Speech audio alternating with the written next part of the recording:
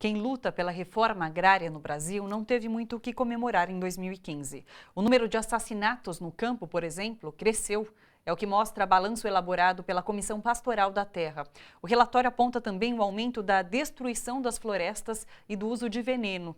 Por outro lado, foram inúmeras as iniciativas, como ocupações e retomadas de terra, jornadas e protestos.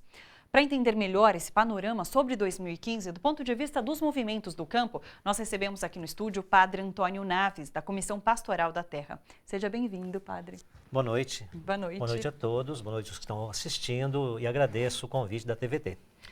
Muito obrigada. Seguinte, os números não são muito otimistas realmente. Vocês apontaram no relatório que o número de assassinatos no campo é o maior desde 2004. Foram 49 assassinatos de camponeses, sobretudo de poceiros, sem terra e assentados da reforma agrária. Sim. Por que esse número foi tão alto em 2015? Bom, a Comissão Pastoral da Terra, ela trabalha com essa estatística e levantamento dos dados sofridos no país desde 1985. Sim. Este ano, 2015, foi assustador. A violência tremenda, 49 assassinatos. As ameaças de assassinatos foram enormes, mais de 200 ameaças, né? E você me pergunta o porquê. Os motivos são aqueles mesmos da década de 80, são os mesmos da década de 90, são os mesmos, infelizmente, do século 21. É a combinação do avanço do capitalismo agressivo, violento no campo e a lerdeza do Estado brasileiro, que não consegue fazer as políticas de atuação da reforma agrária. Sim. O relatório aponta que o Nordeste foi a região em que houve mais ocorrências de conflito. Sim. Foram 35% de todos os casos. Sim. O que motivou nessa região em específico? Por exemplo, o estado do Pará, tivemos o maior número de assassinatos. Depois Maranhão e Rondônia.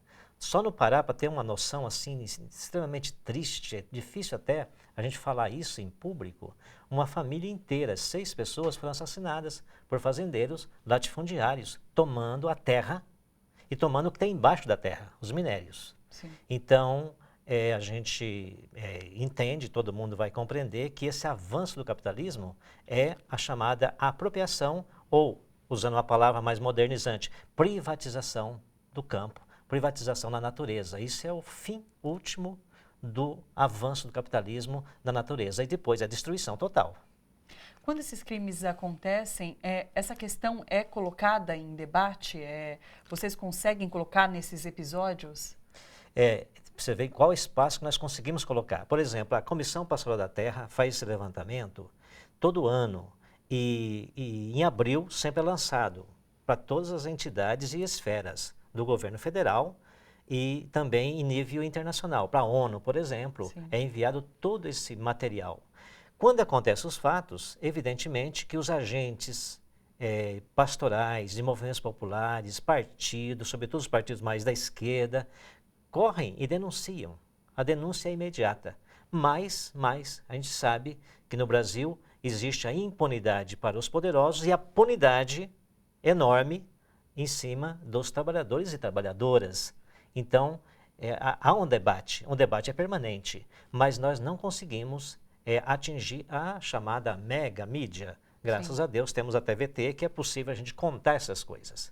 Mas há um debate, sim, permanente. Sim.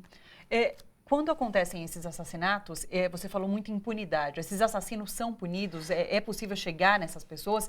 Ou geralmente esses casos ficam sem resolução? Olha, vocês vão ficar tristes, porque a notícia não é boa, né? De 1985 até agora, mais de 1.500 casos de assassinatos no campo. Desses 1.500, apenas 10% ou 15% foram apurados e punidos, apenas 10%. E daqueles nomes um pouquinho mais conhecidos, como por exemplo a irmã Dorothy, né, que é muito conhecida, Sim. Ela foi assassinada, então se apressou em julgar, mas não está terminado. Então, como eu disse para você, existe no Brasil um discurso até meio que precisa desmontar, a chamada impunidade no Brasil. Não é verdade. Existe a impunidade para os grandes e para meia dúzia de pessoas, mas existe uma enorme punidade em cima da juventude, em cima da raça negra, em cima das mulheres. Então, qualquer ato que se faz é punido imediatamente. Sim.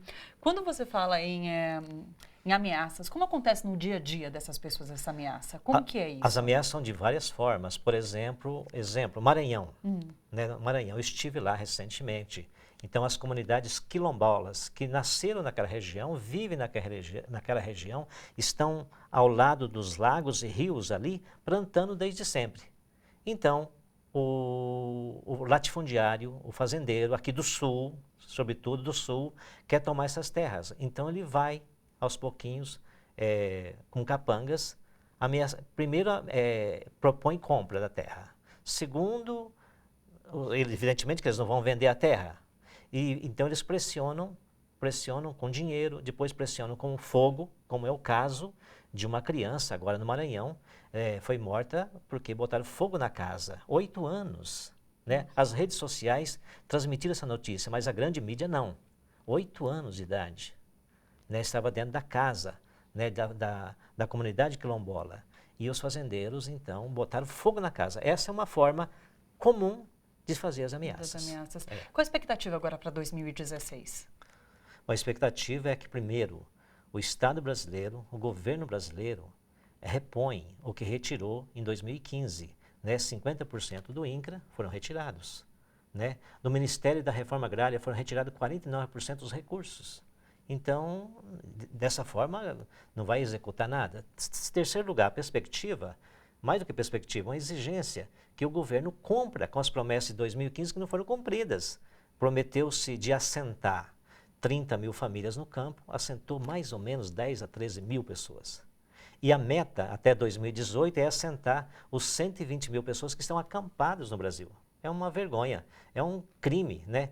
As famílias estão acampadas na beira das estradas, 120 mil pessoas. Esse é o número hoje, 120 Esse é o número mil atual. Pessoas assentadas em todo o Brasil. Então nós estamos perdendo oportunidade de fazer a reforma agrária no Brasil. Evidentemente que o Congresso brasileiro é o pior Congresso da história, né? Um Congresso absurdo, é um bando de delinquentes que estão lá, né? Com exceção de pequenos grupos, né? Sim, mas só o presidente da Câmara se dá para ter uma ideia de que grupos terríveis estão lá dentro do Congresso Nacional. A gente espera. E a perspectiva que você pergunta, Thalita, é a gente continuar a movimentação popular, né? Como os estudantes aqui em São Paulo, como o Passe Livre em São Paulo, e que a gente então vá a público e vá às ruas e às praças. Claro. Força para vocês esse ano de 2016, tomara que tudo dê certo. Agradeço, obrigada pela sua presença. Agradeço a sua entrevista, agradeço a TVT e que vocês tenham um bom trabalho esse ano também. Muito obrigada. Tá, boa noite.